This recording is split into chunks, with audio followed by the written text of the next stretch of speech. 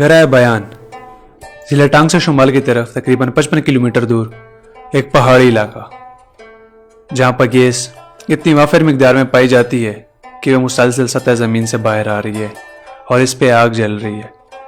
और यही नहीं बल्कि अगर आसपास कोई भी जगह आप खोदेंगे वहीं से आग के शोले निकलना शुरू हो जाते हैं।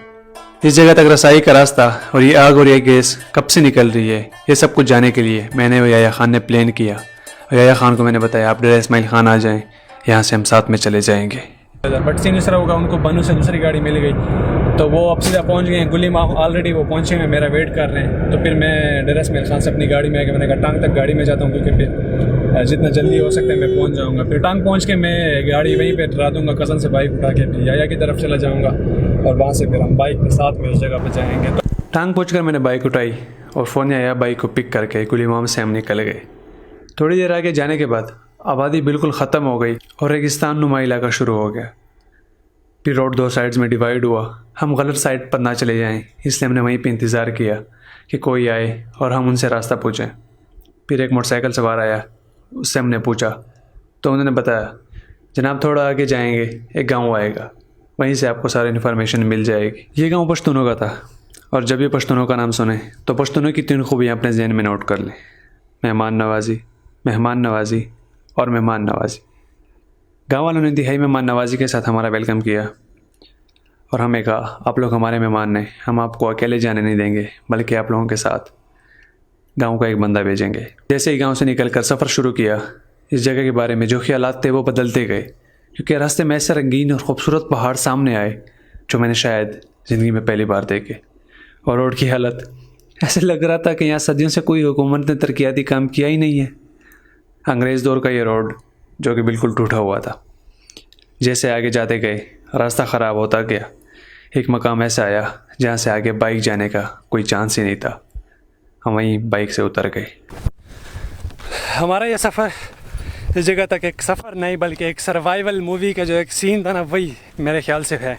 या भाई आप क्या कहते हैं, क्योंकि इन पहाड़ों के बीच इन पथरीले रास्तों में और इस बेचारी मोटरसाइकिल ऊपर 2 मजबूत बंदों का सफ़र, इस बेचारी मोटरसाइकिल पे एक जुल्म ही है। रास्ता बहुत ज़्यादा ख़राब है। ये हैं हमारे गाइड जो कि रास्ते से उनके लिए मेहमान नवाजी की मिसाल आप सोच भी नहीं सकते, इतनी मेहमान नवाजी होगी इस इलाके में।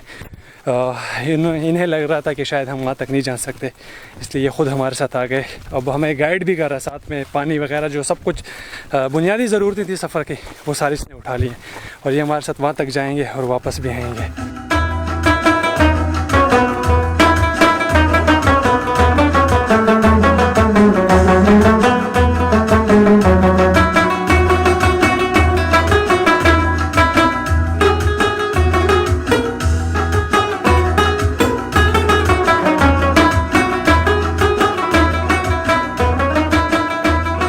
हमारे गाइड वकील भाई के मुताबिक यहाँ से पैदल ट्रैक 5-6 किलोमीटर है, तकरीबन 1 घंटा लग जाएगा।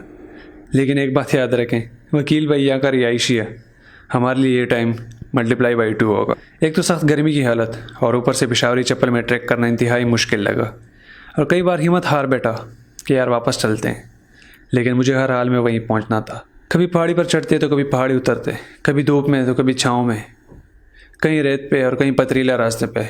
किसी भी तरीके से अल्लाह के शुक्र से हम अपनी मंजिल पर पहुंच गए। This is unbelievable. मुझे यकीन नहीं आ रहा कि मैं अपनी आंखों से ये जगह देख रहा हूँ। मैंने एक वीडियो में देखा था बट अभी नहीं, अपनी आंखों से देख रहा हूँ। I can't believe. पता नहीं इस पहाड़ी पे आग लगी हुई है या ज़मीन से गैस निकल रही है या इन पत्थरों पे आग लगी हुई है, बट मुझे लग रहा है यहाँ पे गैस ही है। या भाई आप क्या कहते हैं इस बारे में, ये गैस है या पत्थर पे आग लगी हुई है? मेरे भाई ये प्रेशर है। ये आप अगर आप देखेंगे ना आग को, आग की अपनी आवाज़ है। अगर ये पत्थर के ऊपर जो है ना ये आग लगता तो फिर ये आवाज़ ना होता, ये प्रेशर ना होता। और स्मेल भी अगर आप देखें, स्मेल भी आ रही है थोड़ी सी, है ना, वो गैस की है स्मेल है। तो इसलिए ये गैस है, गैस ही है। हाँ, काफ़ी प्रेशर से निकल जिस जगह को हम खोद रहे हैं ना वहीं पे आग ही निकल रही है। बिल्कुल।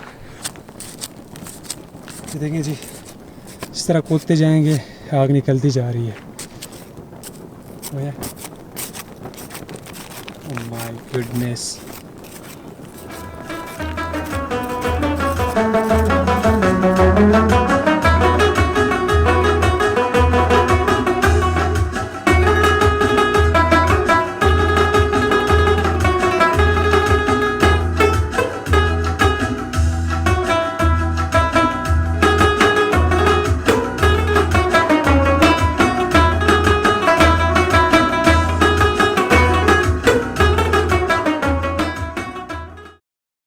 वकील भाई के मुताबिक यहाँ गैस पिछले 60 सालों से निकल रही है और इसी अफसोस के साथ हमने अपने वापसी का रास्ता इख्तियार किया कि हमारे मुल्क में इतने रिसोर्सेज होने के बावजूद भी इनसे कोई फ़ायदा नहीं उठाया जा रहा।